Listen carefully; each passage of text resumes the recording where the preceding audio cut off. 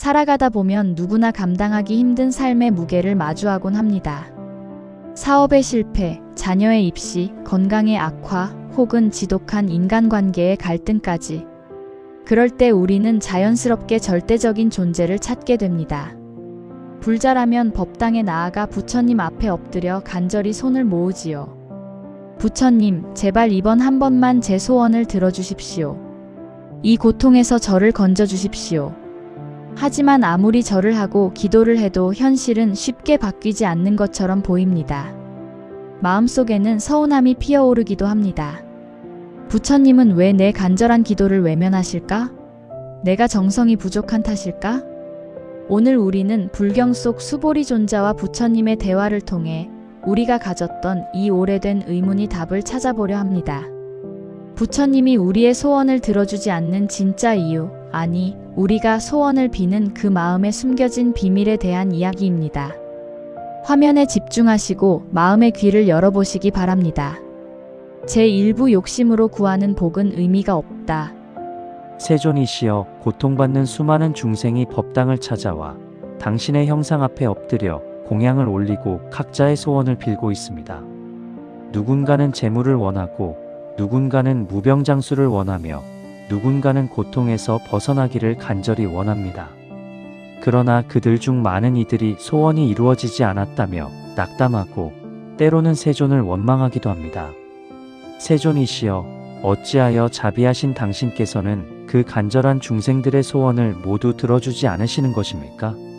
수보리야, 너는 참으로 중요한 것을 묻는구나. 내가 너에게 한 가지를 묻겠으니 편안하게 답해 보아라. 어떤 사람이 길을 가다가 무거운 짐을 지고 언덕을 오르고 있다가 힘에 겨워 길가에 주저앉았다.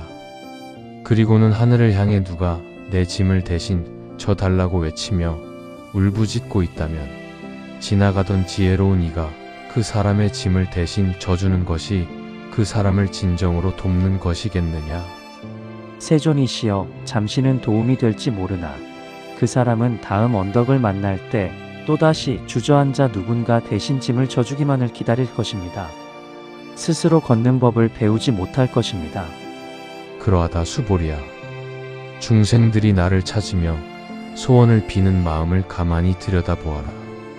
하느님을 찾든 나 부처를 찾든 혹은 천지신명을 찾든 밖으로 어떤 대상을 향해 내 뜻대로 되게 해달라고 의지하는 마음은 본질적으로 무엇이냐? 그것은 자신의 욕심을 채우려는 마음이다. 인과의 이치에 따라 심은 대로 거두는 것이 세상의 법이거늘 심지 않은 곳에서 열매를 거두려 하고 지은 죄는 덮어두고 복만 받으려 하는구나. 밖에서 무언가를 구걸하듯 구하는 것은 참된 신앙이 아니다. 진정한 신앙은 외부의 존재에게 매달리는 것이 아니라 자신의 어리석음인 무지를 깨치고 우주의 진리에 귀의하여 스스로 삶의 주인으로서 자유로워지는 것이다. 제2부 검은고 줄의 비유와 중도의 가르침. 세존이시여, 그렇다면 중생들이 간절히 원하는 마음마저도 잘못된 것입니까? 그들은 너무나 고통스럽기에 조급한 마음으로 세존의 기적을 바라는 것입니다. 당장 내일 먹을 양식이 없고 몸이 아파 죽어가는 이들에게 욕심을 내려놓으라는 말씀은 너무나 가혹하게 느껴질 수 있습니다.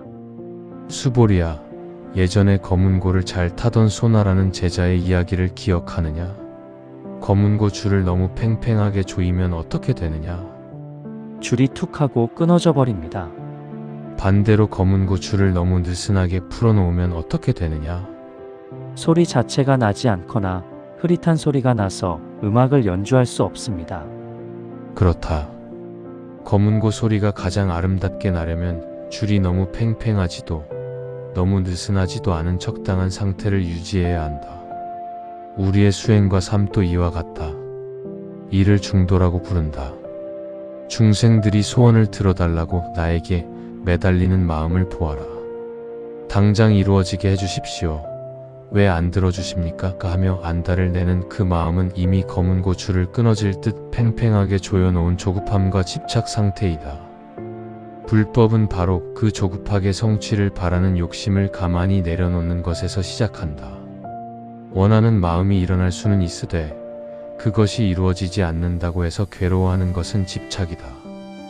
집착에 빠져 기도하는 것은 불 속에서 서늘함을 구하는 것과 같이 앞뒤가 맞지 않는 행동이다. 조급함을 내려놓고 마음의 평정을 찾는 것이 우선이다. 제3부 진리가 너희를 자유케 하리라. 세존이시여, 당신의 말씀을 들으니 비로소 눈이 열리는 듯합니다. 우리가 부처님께 빌었던 수많은 소원들이 결국은 내 뜻대로 세상을 움직이고 싶다는 거대한 집착의 다른 이름이었음을 깨닫습니다. 그렇다면 저희는 부처님 앞에서 어떤 마음으로 기도를 올리고 무엇을 구해야 합니까? 수보리야, 내가 세상에 전하고자 하는 가르침, 즉 법은 너희를 억압하거나 구속하는 규율이 아니다. 너희가 스스로 지은 고통의 감옥에서 벗어나 온전하게 자유로워지도록 돕는 우주의 이치이자 지도이다. 동쪽으로 가면서 서쪽이 나오기를 바라는 사람은 평생을 걸어도 목적지에 닿지 못하고 고통스러워한다. 이때 방향이 틀렸음을 가리켜주는 것이 바로 법이다. 신앙의 깊이라는 것은 내가 원하는 것을 받아내기 위해 밖을 향해 밤새 부르짖는 힘에 있는 것이 아니다. 오히려 내 안의 욕심을 툭 내려놓고 삶의 이치를 있는 그대로 깨달아 알아차리는 데 있다. 세상은 끊임없이 변하고 무상, 내 뜻대로 고정된 것은 없다무아. 이 이치를 뼈저리게 깨달으면 비가 오면 비가 오는 대로, 바람이 불면 바람이 부는 대로 받아들이게 된다. 돈이 들어오면 들어오는 대로 쓰고 돈이 나가면 나가는 대로 대처할 뿐 마음의 상처를 입지 않는다. 어떠한 상황, 어떠한 경계에 부딪혀도 흔들리지 않는 단단하고 자유로운 마음을 갖는 것, 그것이 진정으로 진리를 통해 자유로워지는 길이다. 기억하거라. 나 부처는 너희의 욕심을 채워주는 청부업자가 아니다. 너희가 스스로 눈을 떠 고통 없는 세상으로 걸어 나아가도록 길을 비추는 등불일 뿐이다.